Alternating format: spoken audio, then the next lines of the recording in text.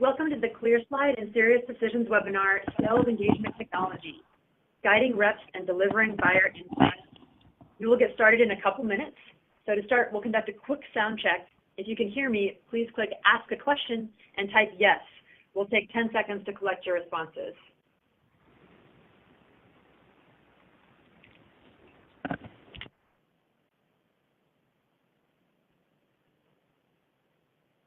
Presenting today, we have Peter Ostrow, Research Director at Sirius Decisions, and Michael Schultz, VP of Marketing and Business Development at ClearSlide. Sirius Decisions is the leading global B2B research and advisory firm delivering the actionable intelligence, transformative frameworks, and expert guidance that equip executives to elevate sales, marketing, and product performance. I'll let you take it from here, Peter. Thanks, Kathy. So I very much appreciate the chance to join everybody today. What I'd like to start with is just to look at, actually, from an agenda perspective, the key takeaways that we'll all be sharing at the end of our presentation today. And I think by presenting them at the beginning of our discussion, it helps us understand some of the rationale for getting together and the major topical points that we'll be covering during the webinar. So first of all, when we say that buyers are not in the self-service business as much as you think, this is going to be our first mini chapter today, a short one, about how both the buyer's journey and their destination matter.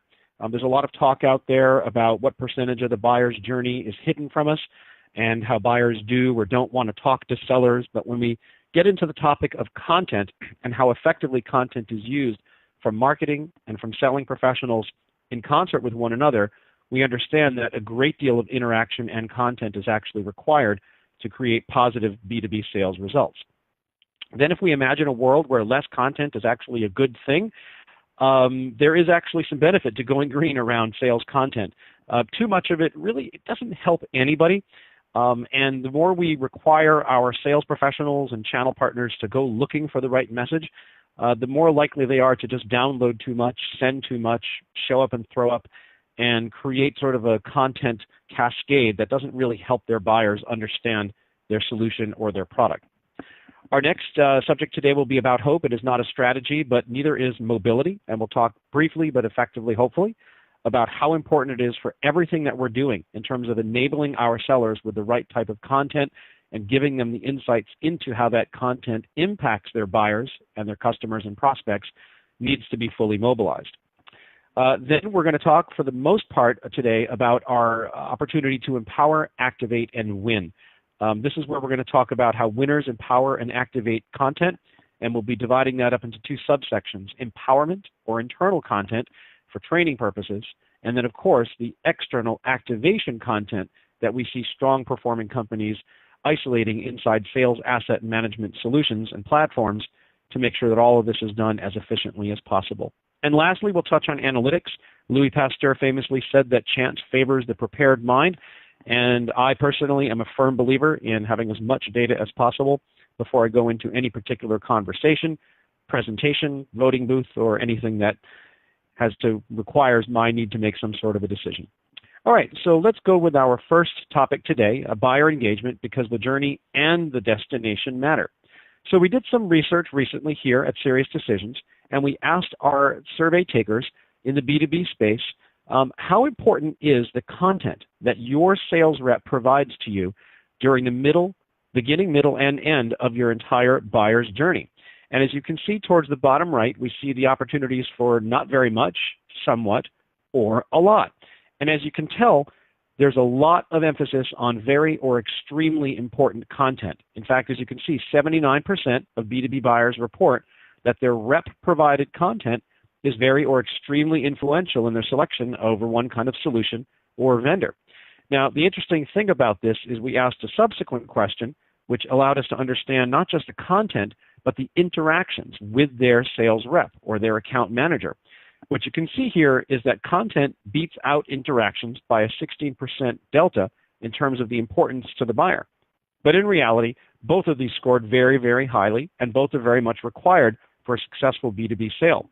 It's the balance between these two, the content and the interactions, that drives the right kind of impact for successful B2B selling. It emphasizes again to us how important sales still is to the B2B buying process, and it also makes us understand that well-tuned, well-trained, and well-empowered sales professionals are the key messengers who provide a conduit for all of that content that eventually finds its way to their buyers. So when we have both the interactions and the content perfectly aligned, that is when we have a win. The interaction competencies and the excellence in content makes us understand that the focus that we put on gathering, collecting, finding, using, and personalizing content empowers reps to be their very best seller. Now we're going to show you one of the famous models and frameworks that we have here at Sirius Decisions. This is our attribute-based sales process, and it's how we sort of help organizations define how to interlock the buyer and seller attributes and consumption of content and activities and assets throughout that sales cycle, or as of course most folks refer to it today, the buyer's journey. So any student of Sirius Decisions content understands that we have a kind of cadence that we've talked about in terms of the demand waterfall and the buyer's journey. And from the early stages of education through the middle stages of solution identification through the final selection of a vendor or a solution or a product or an application, buyers will go through all of these 6 stages. The stages can vary dramatically in terms of their length and from industry to industry, scenario to scenario.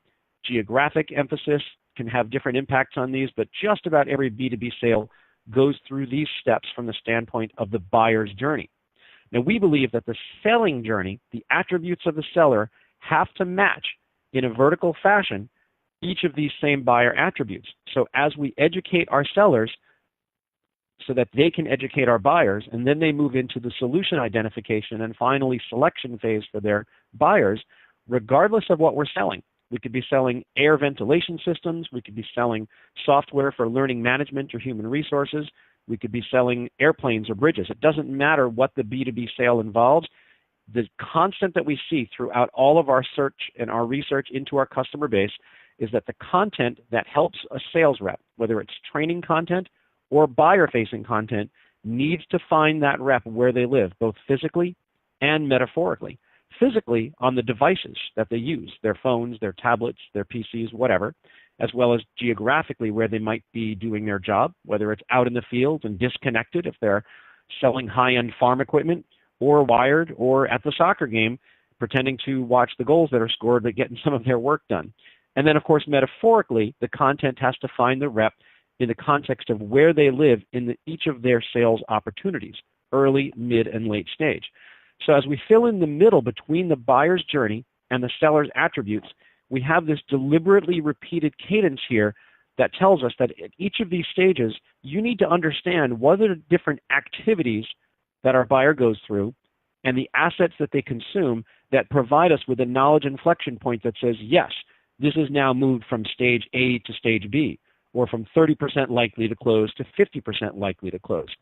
In real time, because as we know, salespeople, like all professionals, suffer from the forgetting curve. Anywhere from 87 to 93% of training content is forgotten within 30 days' time. It's important to provide them with the learning assets and the guided selling activities, and ultimately to determine what are the observable outcomes that at each stage of their unified journey with their buyer, that everyone is in sync, and the glue that holds this synchronicity together is all about content. Just as our buyers are most likely and more likely than ever before in this era of Pokemon Go and instant gratification to consume what they need only in real time, so are the best sellers that we see in the most successful companies also consuming their internal empowerment content at the exact same cadence. So what this brings us to is another way of looking at our attribute-based sales process, and this is where we think about the assets that then help populate both the seller's education and the buyer's consumption. And when we look at this in the context of the activation content for the buyer and the empowerment content for the seller, this is where we start to understand that content finding the reps is one thing, but in addition to that, the category that we would refer to as assets is actually a larger set than that of just content. Assets can include not just brochures and whatnot. It can include subject matter experts. It can include tribal knowledge, collaborative platforms for sharing and ranking, and user-generated content. How else can a sales rep today answer all of their objections that they get from their buyers instantly?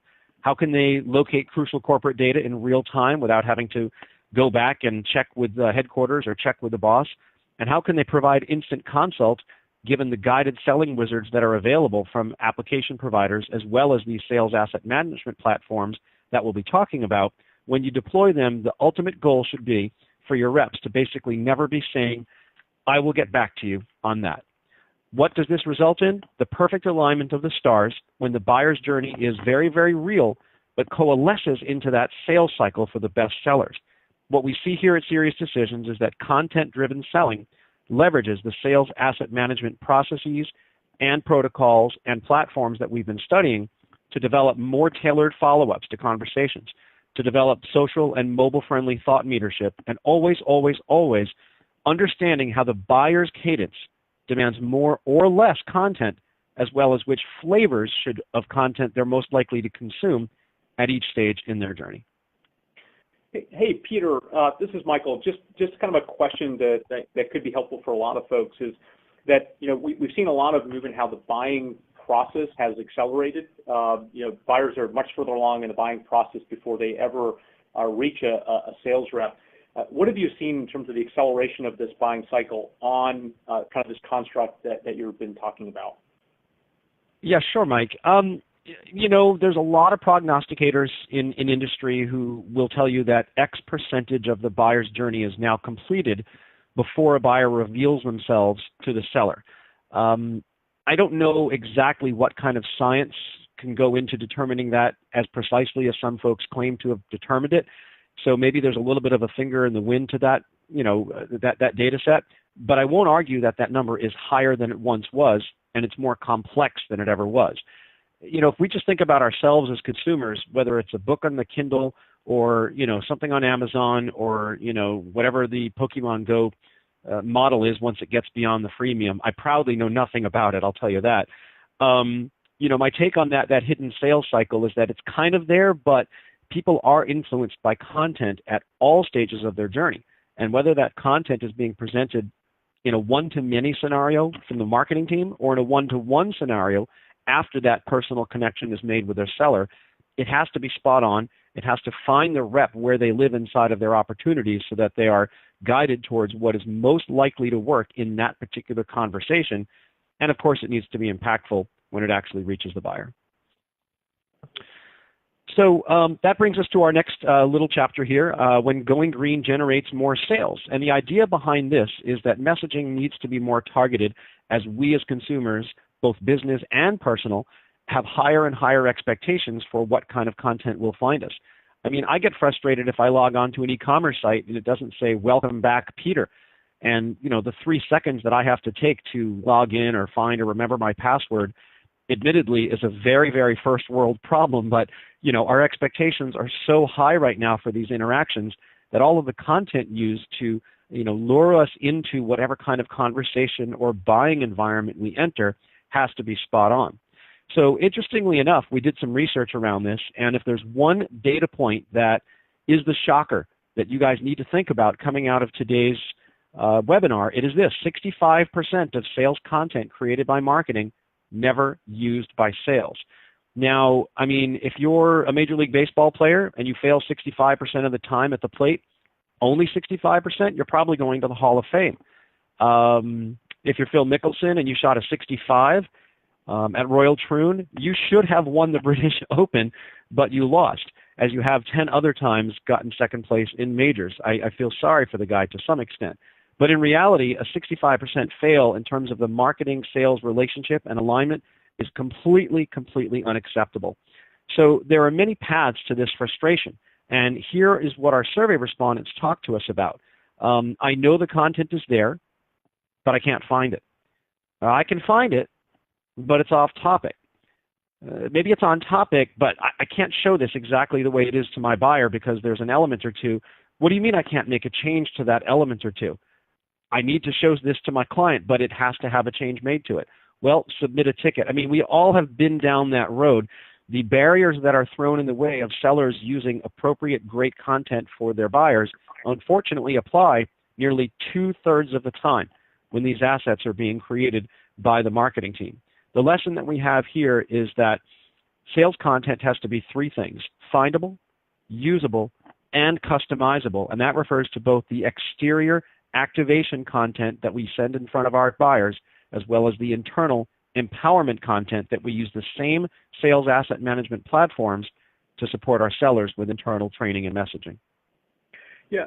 Hey, Peter, this is Michael again. There's a great piece of research that actually we did with you a while back, which was that almost 440 hours a year of a sales rep's time on average is spent searching for content. So I think it matches some of the things you're talking about. Can you talk about the impact that this is having, on organizations just from a productivity standpoint? It's humongous, Mike. I mean, we work with our customers on these time and motion studies. We call it the relative productivity framework, and it's a fancy way of basically saying, how do you spend your time? But in a typical sort of geeky analyst fashion, we have the 4 quadrants of a square, and on the right-hand side are the customer-facing activities, and on the left-hand side are the internal. Across the top are core, and then across the bottom are non-core. And what our customers find out is exactly to your point, that any percentage point of time that their reps are spending doing necessary things but inefficiently, like expense reports and digging up content, especially going to look for it, that is unproductive time, and the minutes and hours and days that are lost to the average B2B seller per year are horrendous. Now, to some people, I get my job done, I make my number, I don't care if it's 39 or 49 hours that I work per week, but there's the idea of employee engagement, and we've seen a lot in the research library here, examples of organizations who benefit at the big picture level in terms of revenue growth, rep turnover being lower, et cetera, when they put these better tools in front of their reps, because people do get frustrated and will sometimes leave jobs, especially if they're an A-player sales professional, if their company makes it hard for them to do their job. So it's a productivity loss at the individual level, but it's also a consistency loss at the executive level. So there's a lot of symptoms, Mike, of this situation. And as you guys who are joining us today can see, too much content is sometimes the issue. It's not sometimes aligned with that buyer's journey. Nobody owns the content. I can't make change to it. So we hear about all of these complaints consistently from our clients who talk to us about, how do I create a sales asset management protocol or process, or use a solution to solve some of these issues. And again, the big red flags here about complaints shouldn't go undiscovered. They shouldn't go unaddressed, because anybody who's a sales enablement professional knows that it's a very fine line between enabling and preventing sales. And sometimes it's not what you want to do, but it's the perception of the team. And by throwing content at folks that's not aligned with their buyer's journey, or that's not aligned with where they physically or metaphorically live in terms of their opportunities, we're doing ourselves a lot of damage and not very much good. So let's dig a little bit deeper, Mike, into the sales asset life cycle. And if we look at sort of the circle of life that we have here, when we talk about, how is content living and existing throughout its entire life cycle in the enterprise, we've got a lot of sub-stages here. And when you folks are designing your own sales asset management protocol, it's worthwhile thinking about these particular stages as your own chronology as you roll things out. From a creation standpoint, one thing that's important to remember is that any new asset management or content-oriented deployment should not just be lipstick on a pig. Don't just reskin all of your existing library. Use this as an opportunity, as an inflection point to flush out all the old content and definitely include some new content. It's very highly likely that a new sales asset management system without a refresh of content will fail, because people will, in fact, just see it as a new skin and not something that provides them with new assets that they can use. And remember, the sources of content can vary very widely. It's not just white papers and webinars and battle cards and infographics. It can be access to internal subject matter experts, customer referrals, and all the other types of things that organizations use to help drive those conversations along. Then when we talk about storage, we have talked to organizations with literally thousands of ScarePoint sites. Nobody knows where or how to find anything. In fact, I think store is better perhaps termed as find. And our mantra here, as you've started to hear today, is that in the ideal sales asset management deployment, reps don't very often have to go look for stuff. Stuff finds them. Now, how does it find them? I'm a sales rep. I'm selling enterprise software. I've had a good meeting, and I quickly update on my phone or my device of any sort the record in my Salesforce automation platform. That automatically triggers a well-integrated sales asset management solution to understand that not only is my opportunity moved from 35% to 50% likely to close, that provides one variable that triggers what kind of content would next be most appropriate for me to share with my buyer, but also it predictively analyzes and looks at sub-variables such as geography, industry, product, vertical, buyer persona, and then it says, hey, Peter, look, not only is your opportunity having moved from 35 to 40% likely to close earn the right to have some content that we're going to suggest to you, the system being the royal we here, but wins that occurred in our organization in the past that reflected some of the other elements or attributes of your opportunity were most frequently associated with these particular content asset types. So again, the storage is really more about finding, and that might represent a bit of an ideal, but we have plenty of clients who have gotten to that point. Managing is all about tagging and user-generated ratings. We all talk about raising, A, B players up to A players, identifying our A players. But what about identifying our A content by carefully tagging and keeping a library that's nice and neat and not an event, but a lifestyle of tagging and user-generated ratings associated with the most effective content? We have this collective understanding as to what kind of our stuff works and what stuff is not working. Now, delivery, let's make sure that it's friendly in three ways. It's mobile friendly, it's social friendly, and it's millennial friendly. Although I'll remove the Pokemon Go attribute from that millennial friendly. Your sales content does not have to pop up in the middle of a lake. And then from a sharing perspective, again, we spoke about user generation of comments. In this day and age, the folks who are entering our sales workforce are, for the most part now, millennials. And these individuals are very comfortable in a user-generated content world. They've grown up with it. Sharing is not nearly as anathema to them as it was to those of us who sold pre-digital age or pre-21st century, where we didn't share best practices and kept our leads all to ourselves. It has to be shareable amongst people, amongst channel partners, whoever is using the content. And then finally, measurement is all about the activity tracking. Making sure that we understand through the sales asset management solution which of our content elements falls into and outside of that 65%, and then what happens to the content once it gets to the buyer. Do they open it? Do they click on it? Do they skip over it? These are the ways in which we get into some of the sales asset management 101 points on this slide, which is all about trying to reduce that 65% of unused content, which is just such a waste of energy and resources that we all want to do away with that. So the core functionalities of a sales asset management system, as you start to consider what you're going to roll out, are these at the top. First of all, when we talk about sales content preparation, a SAM deployment needs to allow a rep to locate, prepare, and catalog all of the assets they're going to need during a specific meeting or in a specific email chain or associated with an individual or opportunity. The system also has to have content management and distribution features.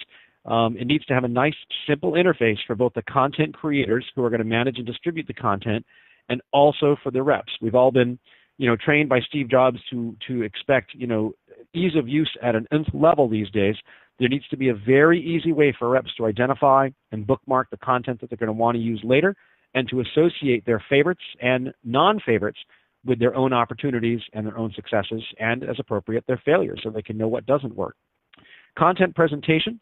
Most of the sales asset management solutions available now make it laptop or mobile friendly.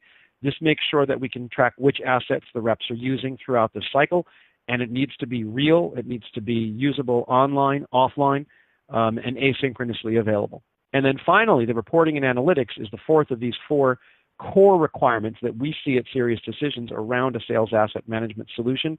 They need to be able to create and modify dashboards, and the analytics data needs to be very easy to interpret, even at the sales rep level. The quality of the assets also, by the way, can be part of this reporting and analytical phrase, where we look at buyer consumption, especially, of course, against the won deals, and we're going to look at winning and losing content shortly.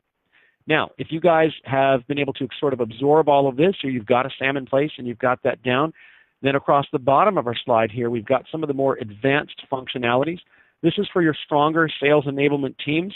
Don't pursue any of these without making sure that you have the core elements in place, but the social tools, the playbook design, connecting, if appropriate, to a CPQ or RFP generation module.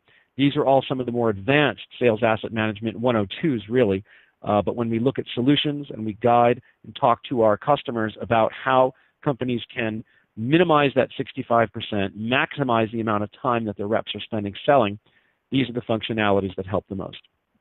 Now, when we look at the cost and benefit of sales asset management solutions, you have to think about the must-haves versus nice-to-haves. No one has an unlimited budget. On the cost side of the equation, we have to make sure to look at some of the claims that asset management providers will make. APIs are nice, but is the solution truly plug and play? Make sure that the techies in your vendor's organization and on your team are talking to one another.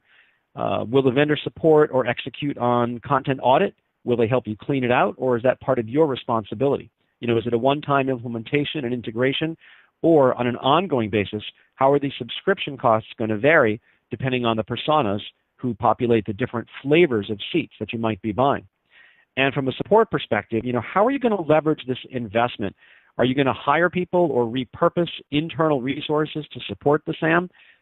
If there's no one in your organization with sales enablement in their title, you may not even want to go down this road. What is the long term you're going to need from the vendor if you don't have those resources in place? All of these represent costs, but those, of course, are weighed against the benefits. First and foremost is the productivity. And as we mentioned earlier around the time and motion studies that we conduct here with some companies, the productivity needs to be measured before and after any discrete technology deployment in sales enablement. Whether it's time and motion, whether it's the lagging indicators of quota attainment, we tend to prefer the leading indicators in terms of how are people spending their time, not what did they get done with their time, because at the end of the quarter, when we discover we didn't hit our number, unless you're Marty McFly, it's too late to make changes to that. In terms of the opportunity cost, what is the cost of not deploying our sales asset management solution? What is the negative value of not doing this, that, or the other thing? And are there some costs even internally of perhaps not supporting our reps so far to the point with technology that they are less engaged and more likely to take those calls from headhunters? And again, just speaking one moment about that marketplace, we've almost never seen in this century a market where the supply and demand were so unevenly skewed as they are in B2B sales. Only 3% of A players, our research tells us, are currently looking for work, and the rate at which the millennial sales professionals are leaving the workforce is far larger. The boomers, who are leaving the workforce, is far larger than the less willing millennials who are entering the sales roles. And then finally, when we look at system replacement, we've got both the green and the red ink there on purpose, because sometimes you can upgrade an existing technology or existing integrations. There could be a cost to implementing a new system if you don't think about what is going to be some of the other hard and soft costs of making some changes in our data, changes in our protocol. These things do take money and time off of other people's plates. And then finally, when we look at the adoption, again, we spoke briefly about leading versus lagging indicators. I don't know of a single chief sales officer who ever got bonused because they increased adoption of a sales enablement or sales effectiveness technology. What we do see is that organizations that make a reasonable and well thought out investment in these platforms create a view so that the leading indicators, the things that people are doing, the size of their pipeline that they're generating, the amount of activities that they're having that are positive interactions with customers will lead to very positive lagging indicators, which are not under our control. But of course, these are the things that the executives at the top of our organizations only pay attention to. All right, let's go on to our next chapter, and this is about untethered selling. Seriously, folks, are we still discussing mobility? Unfortunately, we are discussing mobility. I don't understand much about the singularity, the blend of man and machine, but there was a singularity of sorts about 3 years ago, and that's when the number of global users of mobile devices outpaced the number of users of desktop devices. So we probably don't need to say much more about this other than the fact then if all of your sales enablement technologies and platforms, if your sales asset management solution that you have or are considering are not firmly designed to be as mobile friendly as they need to be, then you need to rethink your entire strategy. Now, one strategy that we don't recommend is thinking that a bring your own device environment is the same as a bring your own platform environment.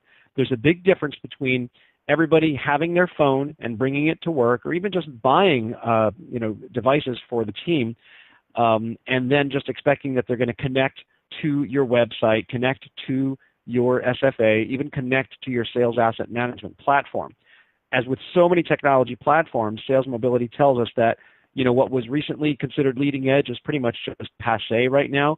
The platform has to integrate the activities, the content, and the opportunities as if it was a mobile workstation with every bit as functionality as the laptop that I'm using right now to speak with you guys. Hey Peter, this is Michael. I loved your comment up front where you talked about kind of hope is not a strategy, and I see a lot of organizations almost taking the view that that their iPad is the strategy for mobile, and that just because they have access to email on the go, that it's somehow going to solve their mobile issues. Can you talk a little bit more about kind of what you mean by kind of enablement through mobile? Sure, and actually that's a good precursor, Mike. The next slide gets into another Sirius decision model, and these things get pretty intense, and we geek out about this, but we're proud of our nerd factor here. So Mike, you're spot on. Buying a lot of iPads for your sales force, you're buying them silicon. You're not buying them opportunity management. You're not buying them pipeline excellence, and you're certainly not buying them content expertise. The device has to be less important than anything else. What matters is people being able to do their job as effectively as possible. So when we talk about how content needs to find the reps where they live, it's metaphorical in the context of their opportunities, and it's physical in terms of their devices. Let's face it, the professional B2B work life is so different today than it was even 10 or 15 years ago. I'm working today from my home office, but this morning I was at the car dealership getting something done, and it didn't matter where I was working or what device I was working on, although let's face it, when you talk about mobile first, you don't want that to be mobile only because some people have to use spreadsheets, and that's not working very well on an iPhone. But the idea behind mobile adoption model here is that the work stream needs to be agnostic. And regardless, Mike, of who pays for the device or who reimburses for the minutes or the data, that's not relevant. What matters is empowering the team to do their job as well as possible, and the context of the sales team matters more than anything else.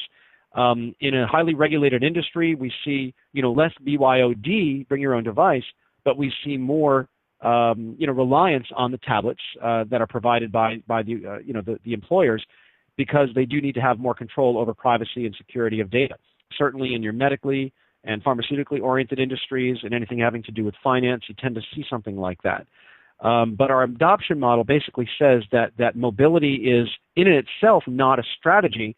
Unless you're behind the 8 ball, then you kind of have to play some catch up, and you go through the 6 and 18 and plus month cadence that helps you get to that point. But as a few checkpoints to understand how do I deal with my sales people and my sales technology, I divided into these sort of 4 major categories. First, think about mobile as sort of a pan-initiative overlay, which starts with customer engagement. The impact on sales is that you have to have better, stronger interactions with your buyers. If you are walking a physician practice director down the hallway, you have 17 seconds to make your pitch. That device better not only show your content, but connect to your inventory and provide the opportunity to sign the contract within those 17 or so seconds. The customer engagement will be that strong from your competitors, so you need to make sure that that's in place. On the side of our organization, it allows us to create more of these guided selling scenarios. And, even for fairly complex, high-level B2B selling, if-then statements, the word if and the word then, before and after, and decision trees actually have a lot of value in terms of understanding, especially when we have some of the predictive analytics that are populating some of these solutions. If somebody has said or done or consumed something on the buyer side, then a certain type of asset is most likely to be helpful to them, and that will help us engage the customer that much more effectively. Next, content discoverability is crucial. Time and motion. It's little needs to be more said other than making sure we maximize our sales reps' time, and finding the content is ultimately important, as well as the tagging on the technology side, so that everything we possibly need by keyword, by scenario, by region, by SKU, whatever the variables are that are used in your sales asset management or SAM deployment, that those are in place. Just-in-time content is all about not just finding assets, but inventory, sales subject matter experts, other hidden gems that we see out there that companies can leverage, battle cards, and not just demos. And then on the technology side, outside of the customer impact, making sure that instant and immediately integrated interface with all devices, that becomes part of the key mobile strategy. And finally, in terms of productivity, it's all about the rep's time. And on the technology side, just about everything that we see here is cloud-based, and I don't think we need to probably talk for a long time about why that's necessary. All right, let's talk now about our most important chapter, and then we'll wrap things up and move to our Q&A. How do winners empower and activate content? And what we look at here at Sirius Decisions is we define sales assets in two different ways. There are two distinct types of content. First, we look at empowerment content, which is internal content and assets and support that we use to help train and educate our sales professionals, both early, when they're still joining us and they're in their onboarding honeymoon, as well as long-term with snackable content that's asynchronously consumed and helps reinforce both old lessons learned as well as new initiatives and new messages. And then we have our activation content, traditional collateral, usually supplied by marketing, but other sources are fine, to help our sellers put the right message in front of the right buyer at the right time. Now, let's dig a little bit deeper into empowerment content, and then we'll go back to activation. In a recent survey that we did, we asked three major questions around what helps create winning deals, and then contrasted that with what creates losing deals. And we asked three major questions of our survey respondents in this particular subsection of the survey. What are the internal job aids that you leverage during the sales cycle? In other words, what is provided to your sales reps and channel partners to help them do their jobs better from an internal consumption standpoint? When during the sales cycle was that content deployed? And finally, what was the impact on the desired outcome? Now, another variable in addition to performance here, by the way, is the efficiency of training and certification and onboarding and of learning reinforcement. Again, how to optimize the time spent selling has to do with going right back to the training and onboarding. We've got a whole nother hour we could spend on onboarding and some of the horror shows that are going on out there, but I'll just give you one onboarding statistic to freak you guys out. 28% of companies tell Sirius Decisions that they put their B2B professional sellers in front of buyers on their first day on the job. I might like data for a living, Mike, but sometimes data scares me. All right, now we're going to take a look at the high versus the low performers. And here we're going to have some fun little graphics that help us understand along the pathway that a buyer takes in their journey, what are the average number of assets that they consume by stage as they move from their early to their mid to the late components of their interactions with the selling organization. And then, as you'll see here across the bottom, how do the high-performing organizations versus low-performing organizations actually treat the content and quality and quantity of content that they provide to help educate their sellers. So as we move the car through our little phases here, we see that in the early stages, high-performing sales reps consume a lot more internal empowerment content than low-performing sales reps. And we move along to the middle stage of a buyer's journey, and guess what? That calculus is flipped. And actually, high performers consume 15% less content during the middle stages of their buyer's deals. At the late stage, it flips back with even more dramatic fashion, and here's exactly 100%. Twice as much content is consumed by the high performers versus low performers. So let's get into this a little bit. It's not surprising that reps consume empowerment content across all their stages, and it's actually not even that shocking that high-performing reps leverage, on average, 11 documents over the course of each individual opportunity's journey. What's compelling, though, is when the reps are leveraging this content. The strong performers who are hitting their numbers, they come out strong out of the gate. They understand what they don't know, and the early stage of their buyer's journey is when that seller, high-performing seller, is saying to themselves, how do I know what I don't know? How can I learn as much as possible to help my buyer? What we see is that they reduce that quantity over time throughout the buyer's journey. The low-performing reps, on the other hand, they kind of are a little bit too eager to get in front of the client. They throw some stuff together. They don't go out as educated, as prepared as they should be. Then in the middle stages, when the deals are starting to falter or slow down, because these are, after all, low performers, they scurry around a little bit, and their pattern of quota attainment is right in line with their pattern of content consumption. It's mixed. And then by the end of the buyer's journey, because they're low performers and they're not closing these deals, their total content consumption just comes way, way, way down because they've kind of given up. What's important is to find the right balance between a lot of content and the right content, targeted content that we help to teach and empower our sellers versus a spray and pray approach. Now, we're going to dig deeper into this and look at the contrast around about 20 different asset types. Now, I don't expect anybody who's joining us today to turn their head 45 degrees to the left and look at every single one of these elements. Basically, we asked our survey respondents, what are the top 20 assets that your reps leverage internally for account planning expertise, preparing for customer interactions, and developing the right solutions and proposals and whatnot? What we see here is that the early, middle, and late stages across the board, top performing reps consume 35% more content than low performing reps. This shows the darker color at each of those stages contrasted with the gray, and with very, very few exceptions to the rule, this is actually a supporting statement that says, hey, lots of good on-target training content, especially in those early stages for the high-performing organizations, and the strong-performing sales reps are by far the advantageous way to build our sales asset management solution out. Now, when we looked in more particular detail, just to highlight what that very, very busy slide tells us, when it comes to internal content, there are some shining stars. The high usage and high impact pieces are the battle cards, the product and service guides, and the well-proven success stories. Again, these are internal. But we also found some hidden gems, high impact but low usage, which are worth making more investment in. Thought leadership, competitive knockouts, and the customer industry primers, which provides the opportunity for sellers to better educate their buyers and their customers and prospects.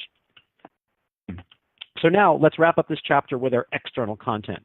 This is what we use to help our buyers move through their journey, traditional sales collateral. And the questions that we asked were, what content or assets did you consume from the winning vendor versus the runner-up? How impactful was each of those content assets? And what interactions did you and your colleagues have with sellers from both the winning and running up vendors? Here's where we're going to talk about content that wins versus content that loses. It's kind of like the ultimate in a win-loss analysis, but in the context of sales assets and with content management. So throughout the decision-making process, as you can see here, buyers are receiving and consuming content from both marketing and sales. We've got our fun little road visual here, and when we look at the average number of assets that's consumed by the buyer per sales rep, look at these numbers as we move from the education through the middle solution to the selection stages. An average of 17.3 assets are consumed from the winning sales rep by our buyers. That is a heck of a lot of content. How do we make sure that that content is accurately presented? How do we know that it's findable, usable, and personalizable? Well, by digging into, again, one of these hugely complex slides. Again, we don't want you guys to think like you're supposed to consume all of this today. This is for our customer base, but we use the buyer's journey as the backbone of the data collection. In each of these stages, what does the winning content look like in terms of the winners and the losers? And we've got 22% more content coming through across the board, but we can't forget something, and that content quality is just as important as content quantity. Mike, I want to ask you a question here. I mean, this gets pretty deep into our geeky nerd stuff here, but I mean, outside of the number one item, which is analyst reports, thank you very much, do you see your customers, getting into this much detail? Can their data do this type of thing? Yeah, I think it's a great point, Peter, and I think this is one of the reasons why we find customers really found a lot of value with ClearSlide. And when they think about the kind of analytics and getting to what's working, what's not, it kind of breaks down to quickly three buckets. So reps are finding an incredible value in understanding what people are clicking on. Are they forwarding it? Are they engaging with the content that they're sending? Leaders are able to really drill in and understand what people are using to be able to move deals forward. Is the deal likely to close? Where can they coach? And then marketing is really able to get at the information around really at a high level what's working and what's not to be able to better align to what sales is doing. And I think you're right about things like analyst reports and case studies and tear sheets. is that when you actually understand how things are getting used by all these different groups, it makes you much more productive, which I think is a lot of what the Sirius Decision research is pointing to.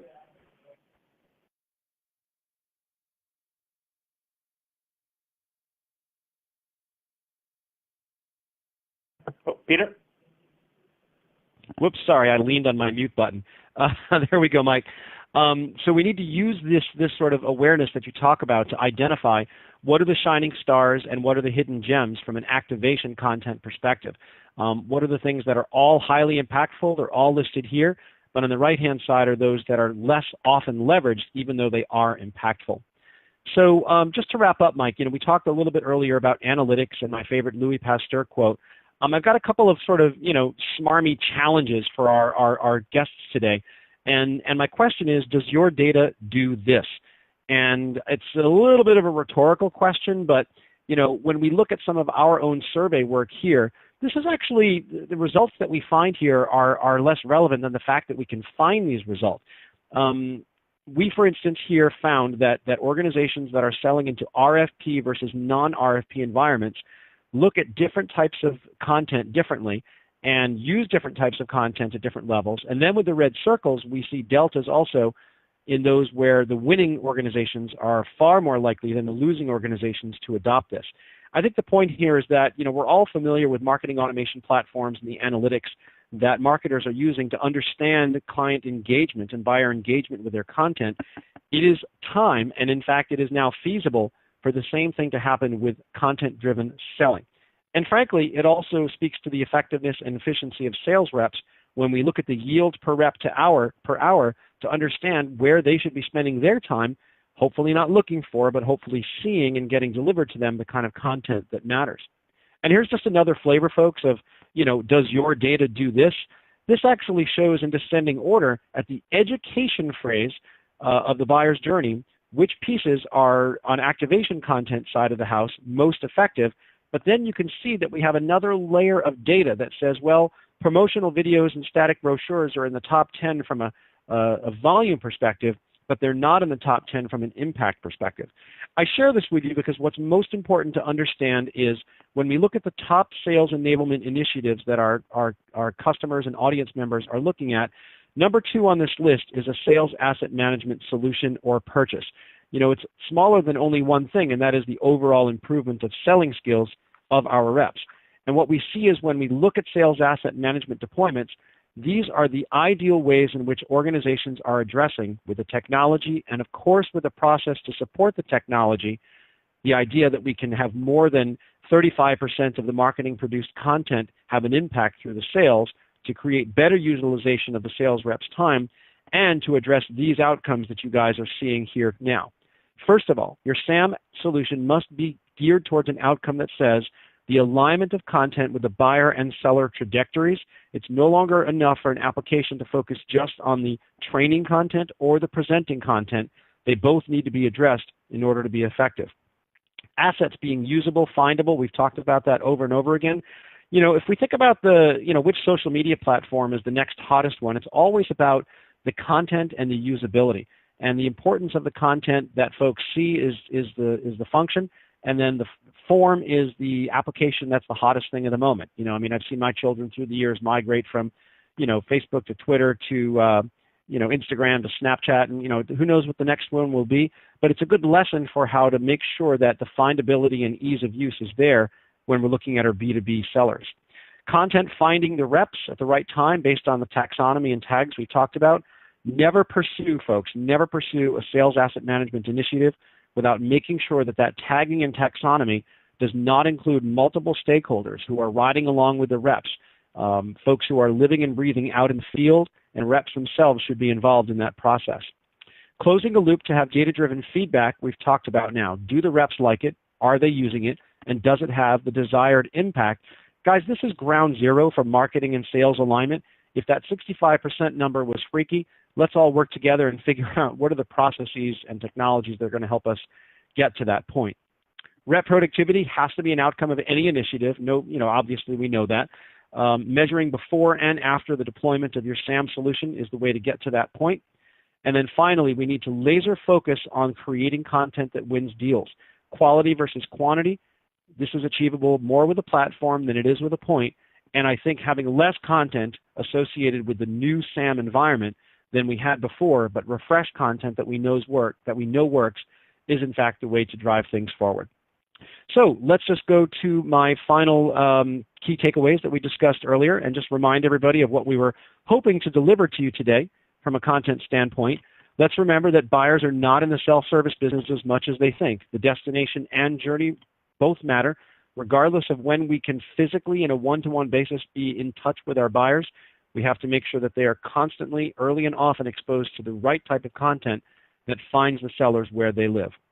Imagining a world where less content is a winning strategy, again, when we talk about just sending a bunch of email attachments or retweeting a bunch of presentations, is that as effective as actually understanding what is most likely to influence our buyer the way we want them to move through their journey? Mobility is mobility. I don't think we need to dwell on that anymore. It's not a matter of if, but when you guys are doing that. When we talked about empowering, activating, and winning, this is all about how best-in-class and top-performing organizations both empower and activate their sellers and buyers with content. The empowerment and activation best practices and technologies that we've gone through here are those that are adopted by the strongest performing organizations that we see.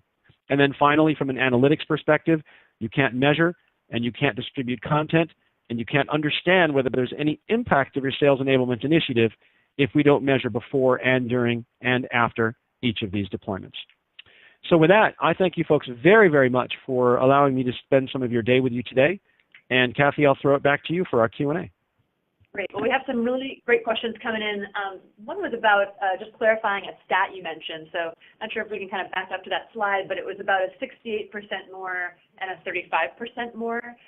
This person was a little confused by what that meant. Can you clarify that? Sure. I think they might be referring to maybe the 65% of content is not actioned by the sales organization, and yet the top performers are consuming 35% more or using 35% more. They also may, if the 68 was accurately typed, Kathy, actually be referring to, I think at the early stage of a buyer's journey, that the amount of empowerment content, internal training content consumed by top performers is 68% higher than those who are the bottom performers. So one question, two answers for the price of one. Okay, great. That's great. Another person had some questions about battle cards, and as far as sort of explaining what you meant by that. Yeah, battle cards. Those are becoming pretty hot right now. In fact, I was just working on the design of one this morning. You know, battle cards are simplistically and physically, they are nothing more than that 8.5 by 11 laminated piece that goes on the wall of my cube, one for each of my prime competitors, that tells me with a quick little visual impact, you know, the positives and negatives and messages that my company has figured out are the things that I need to have right in front of me when I talk to my buyers and prospects about each of my competitors, or how I talk about my competitors to them. Obviously, it can be a PDF. It should be phone friendly. But it's just a quick reference guide that says, okay, I learned this in training, but you know, someone said, well, I'm considering you and two others. How do you stack up? I'll get back to you on that is the fastest way to losing a deal. Great. A few more questions here. One person's asking, we've mapped out our buyer's journey. Our marketing team also has a sense of, you know, which content is most effective at various points, but we get a lot of pushback from the sales team. How can I solve for that? I don't understand. I've never seen a sales organization ever push back, Kathy, at anything marketing ever proposed. Never. Me either. You know, my answer, and you know, Mike, I want to hear your input too. My answer is let the data tell us. I mean, I know that sounds so like a geek cop out because that's what I am, an analyst, but it's true. Capturing the voice of two flavors of customers is what top performing organizations do. Both kinds of customers. They're buyers, obviously, but also their sellers. I'm a firm believer that treating salespeople as if they were customers is the best way to create a highly engaged and high-performing sales organization. And they do matter, and they do have feelings. We salespeople do have feelings, right, Mike? There is no doubt that everyone has feelings. But you know, I think this is a great one that kind of goes back to some of the stats that you shared earlier, Peter, which is, you can really get into actually what's being used and not being used at different stages of the process, and being able to really have a system that identifies, what actually works and what doesn't, and what's being used really does matter. But I do find that part of the reason why there's a little bit of a disconnect in prioritization is that sales teams tend to ask for things without actually looking for things, and it's because they're trying to get things done very expediently, and we may not always have it tagged the right way or done the right way. So I think it's a combination of making the content very findable, but it's also make sure that there's a constant drumbeat around what's working and what's not. A top 10 list. If you think, you mentioned battle cards. I've also seen having a top 10 most used content list that's readily available tends to help eliminate a lot of the needs around prioritization and net new content creation. I would agree. We've seen some great sales enablement deployments where, a biweekly digest comes out, and it combines some of those things that you don't mind mass emails for. Congratulations to the following big wins. Here's the content that was most successfully used, and just a couple of other quick items that sort of blend the whole sort of content-driven environment in with some of the key vital stats that everybody's concerned with around quota. So another audience question here: how do you prioritize creating sales enablement content versus lead generation content? How can you modify each content so you don't have to duplicate work? Maybe I'm going to punt that to you, Mike, because that sounds like something that's a little bit going to be more down, in marketing's wheelhouse. At least, why don't you take a pop at that first, and then I'll feed back. Yeah. I think that really gets to the last question that we answered is understanding what works and what doesn't work, and there's obviously a lot of nuance here around kind of where do you invest your time in terms of content creation. I do find that the best practices really don't always create two sets of materials. That whatever you use in lead generation really should be able to get used by the sales team in a very effective way. I think that the differences are things like battle cards, et cetera. But let's take the analyst report, for example. Like, there's not a different analyst report. So if you're going to invest the time, really focus it in on what you actually need to go communicate, what your value prop is, what you want to get across. And I think that, again, tends to work for both audiences with the right sales enablement training on how to go use content. I think we have time for maybe one. Yeah, go ahead. Nope, go for it, Kathy. So I think we have time for maybe one more question. And it is, I find it hard to believe that buyers consume 17 pieces of content from their sales rep. Where do you draw the line, or what's the definition of an asset? Yeah, that's a very big number, and I almost would have been surprised if that didn't elicit some of that reaction. Content takes a lot of different formats. Let's remember, it's not limited to just the number of attachments that the rep sends to the buyer over the course of their journey. Let's all hope that it's not 17, or at least not 17 with one message. I think we've all been down that road. It can be content that they consume through through a link, through a portal. It can be redirects on web links. It can also be going through a tweet. There's a lot of different channels with which we communicate with one another, and not to go too far down the social selling path, but it is just, social selling is selling today. And if you're not using the appropriate vehicle with the appropriate audience, and I should probably pluralize that term vehicle to vehicles, then you're not taking advantage of all the different ways in which your buyer is consuming. The trick, of course, is to understand what are the channels as well as what is the content where the buyer is most likely to successfully consume what I have to show them. And what we see the top performers doing is using these platforms and the processes around the communications to understand and to not be throwing darts at a full wall full of opportunities, but to actually understand where the bullseye is most likely situated and take their best aim, because the analytics built into their content library, when properly tagged, when fully integrated with the opportunity levels inside the Salesforce automation platform, allow them to much better predict which of those pieces of content is most likely to have an impact. And again, content is throughout the journey. We see winners, diminishing over time, but they're still sending 4 to 5 pieces even at the final selection stage of their buyer's journey. Bad sellers send the wrong content at the wrong time, and that's why the results are so poor. Thank you. So in closing, I'll answer the last question myself, which is the recording available after the webinar? And the answer is yes. It'll be available within minutes after we close now. So thank you so much, Peter and Michael. Please join us again soon, and have a great day.